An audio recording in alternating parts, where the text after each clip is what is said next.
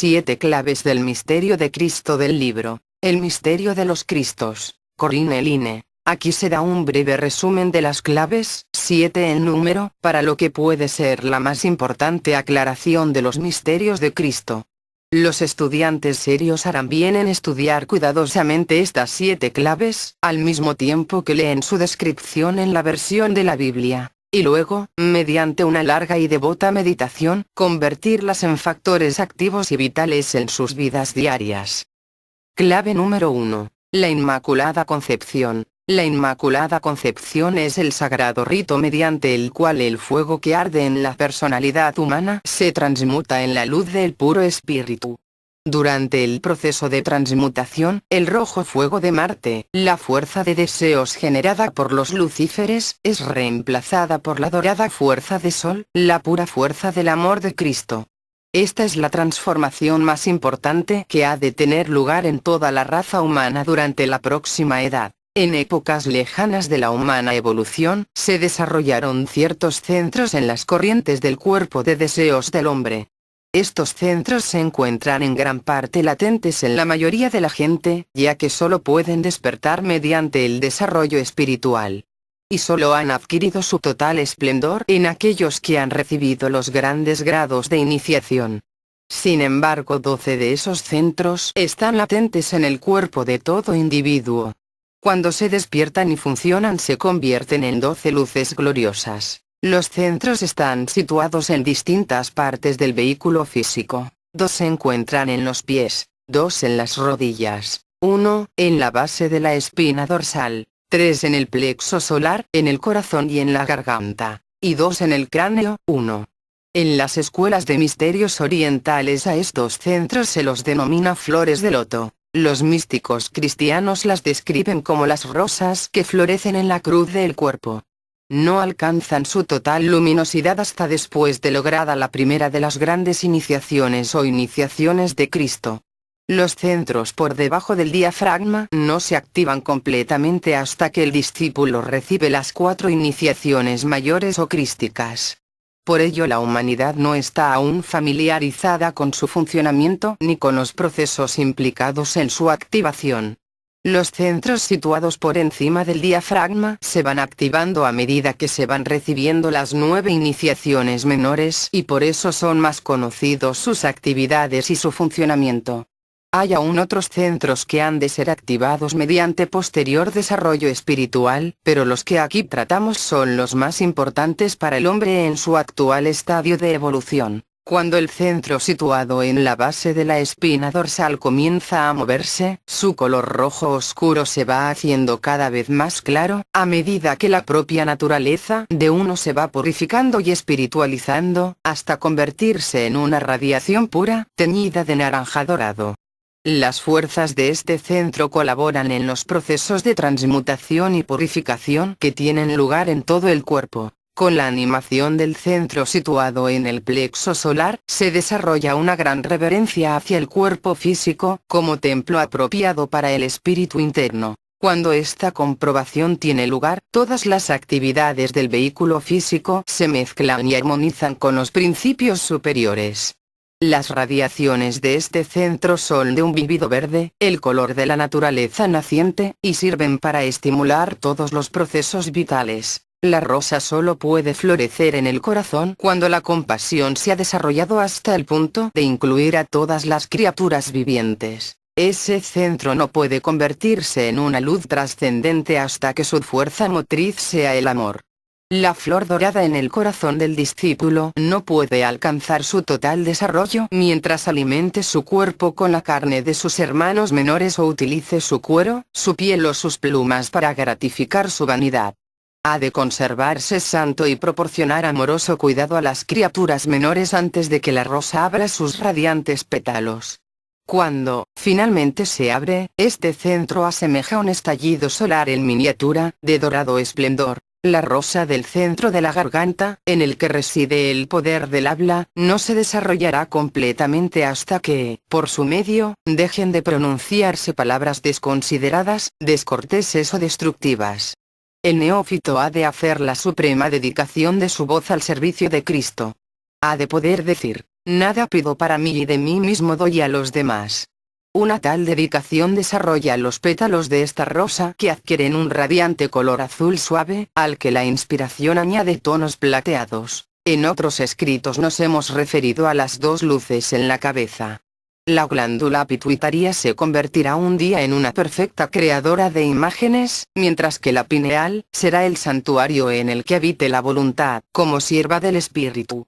Ambos centros están bañados en exquisitas sombras violeta, a las que la aspiración añade el deslumbrante brillo del oro. En estos centros se encuentra el misterio relativo al origen del rosario. Cuando los 12 centros del cuerpo se hallan despiertos, el discípulo viste ya el dorado vestido de bodas y se halla dispuesto para ir al encuentro del novio y penetrar con él en el festival del matrimonio. Clave número 2. El santo nacimiento. La Virgen María y su esposo José eran iniciados del templo. Habiendo aprendido todas las lecciones pertenecientes a la vida objetiva, se habían consagrado permanentemente al servicio del templo. Para cumplir el plan divino, sin embargo, hubieron de renunciar a esa vida y volver al mundo laico para convertirse en una familia. Así que se dedicaron a crear el entorno adecuado para los años formativos del niño que sería conocido como el Maestro Jesús. Durante aquella primera noche mágica de Navidad una luz dorada se enfocó sobre el mundo entero.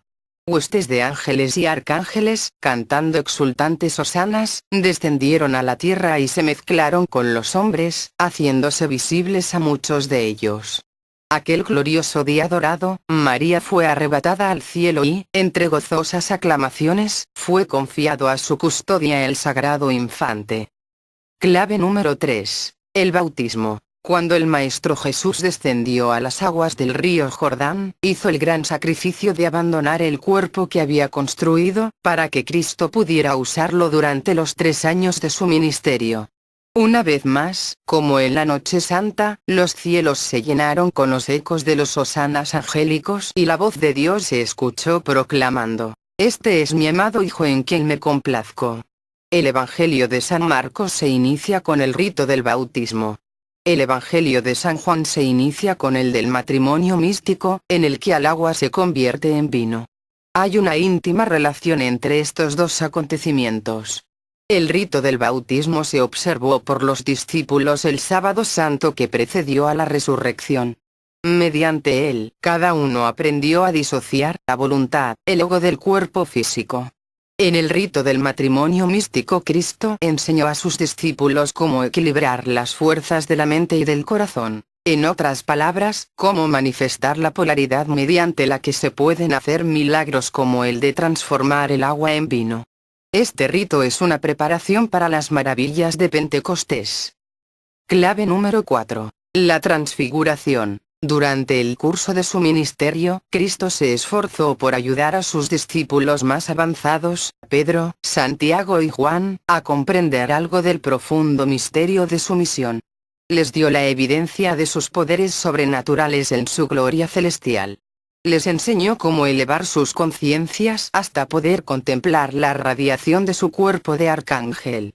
Casi anonadados por su ser transfigurado, cayeron ante él de rodillas en señal de reverencia y adoración. Orígenes dice lo que sigue con relación a la exaltada experiencia vivida por los discípulos privilegiados contemplando la gloria de Cristo en el monte. Os preguntaréis si, cuando él se transfiguró ante aquellos que él mismo había llevado a lo alto de la montaña, lo vieron en la forma de Dios en la que él existía antes. Pues bien, para los que estaban debajo, él tenía la forma de un siervo, pero para aquellos que lo siguieron 6 días más tarde, no tenía ese aspecto, sino la forma de Dios.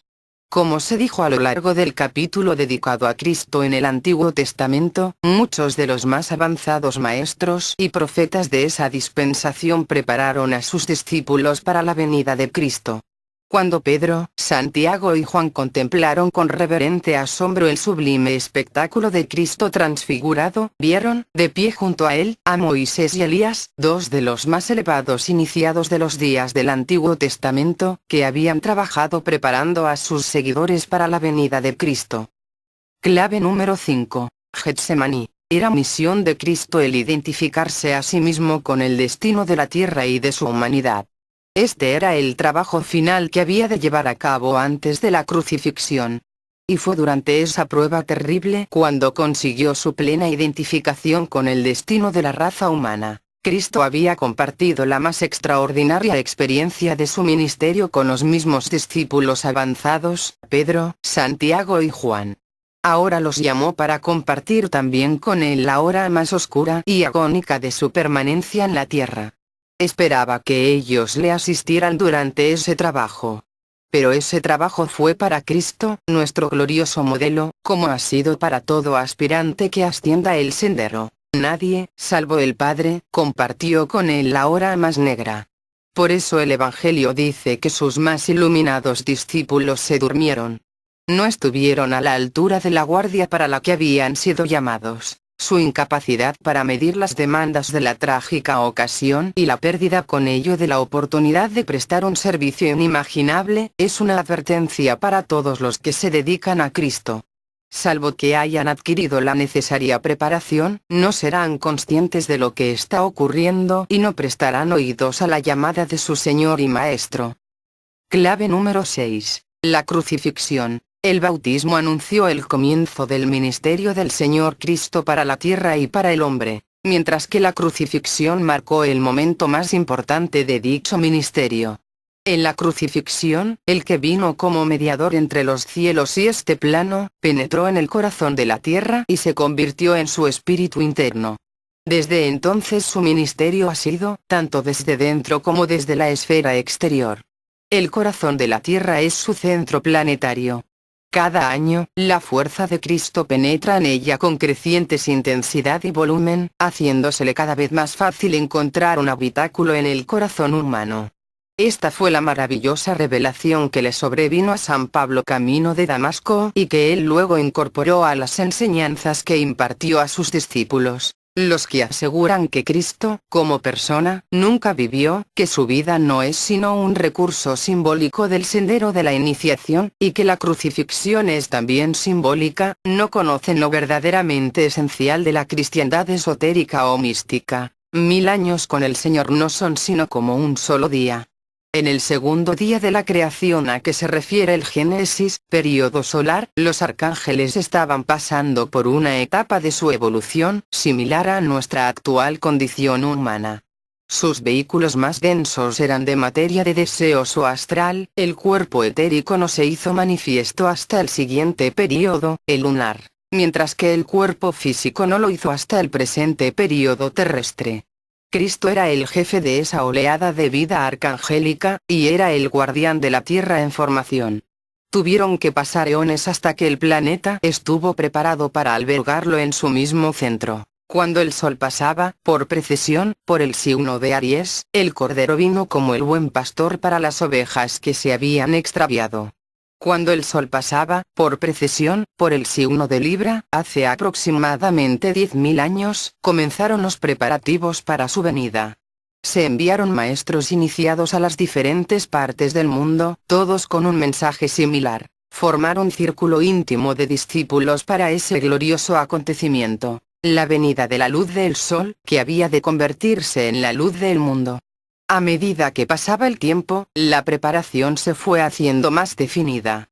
A China llegó la Opsa y la adoración de Kuan Yin, que representa la divinidad femenina. En Egipto, la adoración se centró en Osiris e Isis. En Babilonia, en Izdubar e Ishtar. En Grecia, en Apolo y Atenea. En la India, Buda y su madre Maya. En Persia, Zoroastro y Ainyaita. Y, finalmente, en Palestina, Jesús y la Virgen María. A lo largo de las edades, esos discípulos que eran conscientes de la encarnación por venir, estuvieron preparándola. Y no fueron menos, entre ellos, los 3 magos de Oriente. San Agustín recoció esa preparación, edad tras edad, para la venida de Cristo. Dice: lo que hoy se denomina religión cristiana existía entre los antiguos y nunca cesó de existir, desde el origen de la raza humana hasta que el mismo Cristo llegó, y el hombre comenzó a llamar cristianismo a la verdadera religión que ya existía antes. El cristianismo continuó donde las revelaciones previas se habían quedado. Existía una íntima relación entre los misterios cristianos primitivos y los misterios de Mitra, en Persia. Se dice que Tertuliano había sido iniciado de la escuela persa antes de contactar el cristianismo. San Jerónimo, por su parte, escribe sobre esos misterios con tal conocimiento que es muy probable que perteneciera a su círculo íntimo. Como en todas las escuelas esotéricas, los misterios de Mitra constaban de 7 grados. Los 7 grados eran nombres simbólicos de adquisiciones específicas. El primer grado, que siempre trata del dominio por el hombre de su naturaleza inferior, se conocía como el cuervo. El segundo era el ocultista. El tercero, el guerrero. El cuarto, el león. El quinto era el más importante y el más profundo en sus efectos.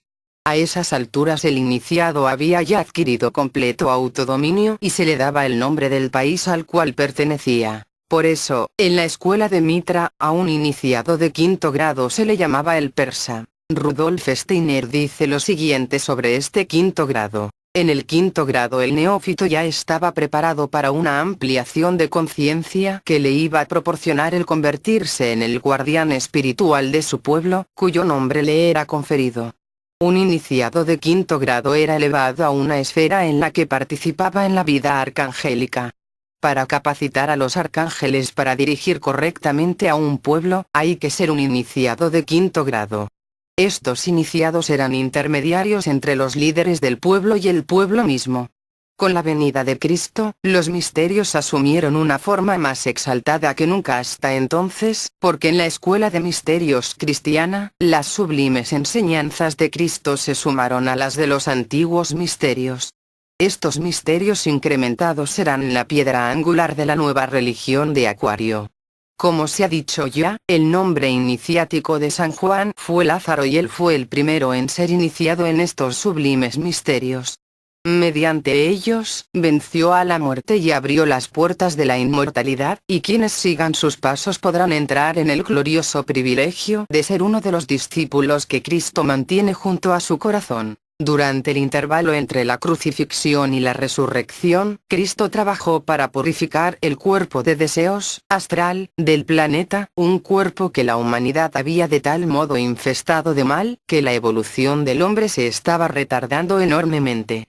Ya no había sustancia de deseos apropiada para formar cuerpos astrales puros. La oscura capa miasmática que rodeaba la Tierra creaba unas condiciones que hacían que muchas personas fuesen presa fácil de entidades obsesoras pegadas a la Tierra, a las que la Biblia llama malos espíritus que hay que expulsar. En el momento de la crucifixión Cristo rasgó el velo del templo de la iniciación, haciéndola posible para cualquiera que desee venir y compartir las aguas de la vida eterna. Esto está bellamente simbolizado por la afirmación bíblica de que el velo del templo se partió en dos. Como se ha dicho antes, a la luz del cristianismo esotérico está claro que la misión de Cristo no concluyó con la crucifixión. Entonces fue cuando Él, verdaderamente, se convirtió en el Cristo planetario. En el equinoccio de otoño de cada año Él reencarna en la esfera física terrestre y trabaja en ella durante los 6 meses en los que el Sol pasa por los signos zodiacales situados por debajo del ecuador. Entonces limpia y purifica la envoltura astral del planeta, en cuya labor le asisten Miguel y sus huestes de arcángeles.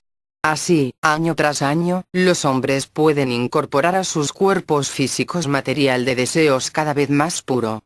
Desde el tiempo de Pascua hasta el equinoccio de otoño, mientras el Sol transita por los signos al norte del ecuador, el Señor Cristo trabaja en la envoltura espiritual de la Tierra, impregnándola de fuerzas espirituales elevadas provenientes de las jerarquías zodiacales que rodean el sistema solar. Este es el proceso cósmico mediante el que está siendo confeccionado el dorado vestido de bodas de la Tierra. Nunca jamás volverá Cristo a descender a un cuerpo físico para caminar entre los hombres. En adelante, su actividad se centrará en el plano etérico, bíblicamente conocido como el Jardín del Edén. Los que sirvan con él en esta edénica morada habrán tejido su propio vestido de bodas. En otras palabras, habrán construido cuerpos etéricos capaces de funcionar en el plano etérico. Un tal vehículo solo puede confeccionarse de una manera: mediante la dedicación de uno mismo al servicio de los demás. Cuando la humanidad se haga crística, los elementos físicos de la Tierra se irán progresivamente refinando hasta que toda la raza, literalmente viva, se mueva y tenga su ser en el plano etérico. Entonces se cumplirá el propósito para el que este planeta nació. Cristo habrá completado su sublime misión y una raza crística vivirá entre las glorias de un nuevo cielo y una nueva tierra. El del Gólgota fue el momento más importante de todos los acontecimientos mundiales. Se sitúa entre los 9 pequeños misterios precristianos y los 4 grandes misterios establecidos por el propio Señor. Cuando las escuelas de misterios precristianas enseñaban a sus discípulos a prepararse para el gran uno que había de venir, las enseñanzas iban acompañadas por la visión de un hombre clavado a una cruz. Cuando la sangre de Cristo fluyó en el Gólgota, se convirtió en el Señor interno de la tierra, a la vez que el Señor de los cielos. Como tal espíritu interno está en más íntimo contacto con toda la humanidad. Ello hace más fácil para los seres humanos el despertar el principio crístico residente en su interior. En la medida en que los hombres aprendan a activar ese principio, irán adquiriendo el carácter de salvadores del mundo y compartirán con Cristo su trabajo redentor. Y, consecuentemente, se convertirán en precursores de su segunda venida. El arcángel Miguel, mensajero jefe del bendito Señor, tiene por misión el proporcionar a los pioneros de la nueva edad una más profunda comprensión del Cristo cósmico en relación tanto con la humanidad como con el planeta, así como del papel desarrollado por el Cristo planetario en la evolución de la humanidad. La comprensión de esto será básica en la religión de la nueva edad. Quizás la fase más importante del acontecimiento del Gólgota fue la demostración dada por Cristo al hombre de que el amor es una fuerza, un poder. El hombre había considerado mucho tiempo al amor como una pasión, un sentimiento o un ideal, pero Cristo demostró cómo el poder del amor puede hacer milagros. Es el poder lo que hace que la Tierra gire sobre su eje y describa su órbita alrededor del Sol. La ley de atracción de que hablan los astrónomos no es sino otro nombre del poder del amor. El Señor Cristo utilizó ese poder cuando dejó el plano de los arcángeles para convertirse en regente de la tierra, y luego, cuando hizo el sacrificio del Gólgota en beneficio de los hombres. Y continúa haciéndolo cuando su brillante presencia queda aprisionada en el interior del planeta durante 6 meses cada año, para renovar sus fuerzas y producir la redención de la raza. Sin duda alguna, la definición más exacta del poder del amor se encuentra en sus propias palabras. No hay amor más grande que el de aquel que da la vida por sus amigos. Aquellos que quieran convertirse en pioneros en el trabajo del establecimiento por el Señor de la Nueva Galilea, han de incorporar el poder del amor de su interior, viviendo vidas de tal pureza y servicio inegoísta que los califiquen para asumir la dirección de la tierra y continuar la redención de la humanidad. Solo mediante tal servicio podrá Cristo ser liberado de su voluntario lazo con la mortalidad y podrá volver a ascender a su hogar arcangélico en el que Él es el supremo iniciado. Clave número 7. La resurrección. A través de las eras, a los discípulos se les ha enseñado que el grado de la resurrección marca la culminación del sendero de la iniciación. Señala igualmente el definitivo triunfo de la vida sobre la muerte. Los antiguos decían que los hombres conocen solo la muerte, mientras que los dioses conocen solo la metamorfosis.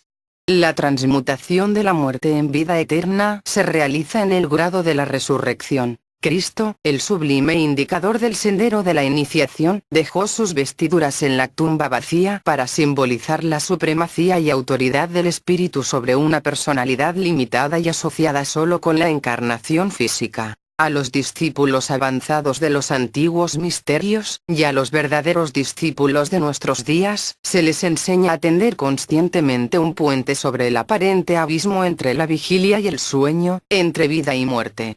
San Pablo se refiere a esta consecución cuando dice que el último enemigo a vencer por el hombre es la muerte, un estado de conciencia que caracteriza a los avanzados que caminan por el sendero de la iluminación. Esto será una herencia común de la raza al final del presente período terrestre, ya que en la conquista final de la muerte, el espíritu se libera del peso de la mortalidad. Los cristianos místicos reconocen que el Gólgota es un acontecimiento histórico y, a la vez, un proceso anual, y que continuará siéndolo hasta que un número suficiente de personas se hayan cristizado para llevar a cabo la labor redentora. Mientras Cristo continúa su servicio cíclico, innumerables seres celestiales le otorgan su reverencia y adoración en alegres hosanas. Y, en respuesta, él entona las majestáticas palabras: todo poder me ha sido conferido en los cielos y en la tierra. Los misterios menores alcanzan su clímax en el grado de la resurrección. Los grandes misterios, los de Cristo, introducen un grado más elevado con el rito de la ascensión. Quienes alcanzan este grado son capaces de seguir a Cristo hasta su propio hogar, el mundo del espíritu de vida, el plano de la exaltada unidad expresada por Cristo al decir: yo y mi Padre somos uno. Este estado fue alcanzado por los discípulos el día de Pentecostés. Algún día será alcanzado por toda la humanidad mediante el primero de los grandes misterios, establecidos por Cristo durante su estancia en la tierra. Repitiendo, el nivel alcanzado por la humanidad al final de presente período terrestre corresponderá al trabajo del primer misterio mayor o primera iniciación crística. Cuando los discípulos manifestaron su poder en Pentecostés, se convirtieron en hombres dioses. El trabajo de la segunda de las grandes iniciaciones se manifestará por la humanidad durante el siguiente período, el de Júpiter, cuando ambos, hombre y planeta, trasciendan el estado físico de la materia. Entonces funcionarán en vehículos etéricos y las condiciones terrenas serán similares a las que existían en el jardín del Edén. Ya no habrá enfermedades, vejez ni muerte. Habiéndose incorporado al vehículo etérico superior las esencias del cuerpo físico del hombre, el primero se habrá convertido en un instrumento extremadamente sensible, con posibilidades mucho más allá de nuestra actual comprensión.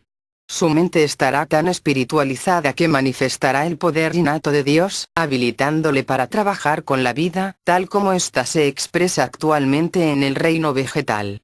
Este poder está siendo usado actualmente por los ángeles para crear y hacer posible el crecimiento en los seres de naturaleza vegetal. Será igualmente capaz el hombre de transmitir imágenes de su propia mente a la conciencia de los demás, de modo que, si está describiendo determinada escena, su oyente verá una reproducción exacta de la misma. Quienes están siendo instruidos por los seres angélicos saben ya que el desarrollo de la conciencia pictórica es una parte esencial de sus enseñanzas. Con el rito de la Asunción, la Virgen María fue elevada a vivir con los ángeles. En la maravillosa belleza de su etérico hogar, ella posee las facultades que prevalecerán durante el período de Júpiter. Es, por tanto, el perfecto modelo para el discípulo de la segunda iniciación cristiana, y para toda la humanidad, durante el siguiente período. Mediante la tercera de las grandes iniciaciones, un alma a ella exaltada adquiere poderes y capacidades que no serán conocidas por la humanidad hasta que concluya el período de Venus. En ese avanzado estado de desarrollo el cuerpo de deseos del hombre será perfecto. Las esencias espirituales, tanto del cuerpo físico como del etérico, se habrán incorporado a un vehículo aún más tenue, mientras que el deseo se convertirá en luz. Literalmente el hombre vivirá, se moverá y tendrá su ser en un cuerpo de luz. Durante el período de Júpiter el hombre desarrollará la conciencia pictórica, como hemos dicho. Pero durante el período de Venus se hará capaz de imprimir vida en esas imágenes. San Juan, el amado, es el perfecto modelo de la humanidad del período de Venus y del discípulo que traspasa la tercera iniciación de Cristo. Por eso Juan, el modelo venusiano, es el discípulo que llegó más cerca del amante corazón de Cristo. Su maravilloso evangelio es una declaración inigualable sobre el ilimitado poder del amor. Durante el período de Vulcano, que corresponde a la cuarta de las grandes iniciaciones de Cristo, el hombre alcanzará la divina perfección. Las esencias espirituales de sus cuerpos físico, etérico y de deseos serán incorporadas al vehículo mental, de modo que entonces poseerá esta mente que estuvo también en Cristo Jesús. Esta fuerza creadora de vida se enfocará en el corazón, el centro del amor. Su laringe se convertirá en un órgano de creación, mediante el poder de la palabra hablada. y así la generación será exaltada hasta la regeneración. Cristo mismo es el modelo del hombre perfecto del período de Vulcano. Él es también el primer iniciado en pasar a las glorias de la cuarta y última de las grandes iniciaciones. Y a este exaltado estado final se refería David, un alto iniciado de la dispensación del Antiguo Testamento en sus inspiradas palabras. ¿Qué es el hombre para que te acuerdes de él, el ser humano para que lo visites? Lo hiciste poco menos que un Dios, lo coronaste de gloria y dignidad. Salmos 8, 4, 5. El misterio de los Cristos. Corinne Line.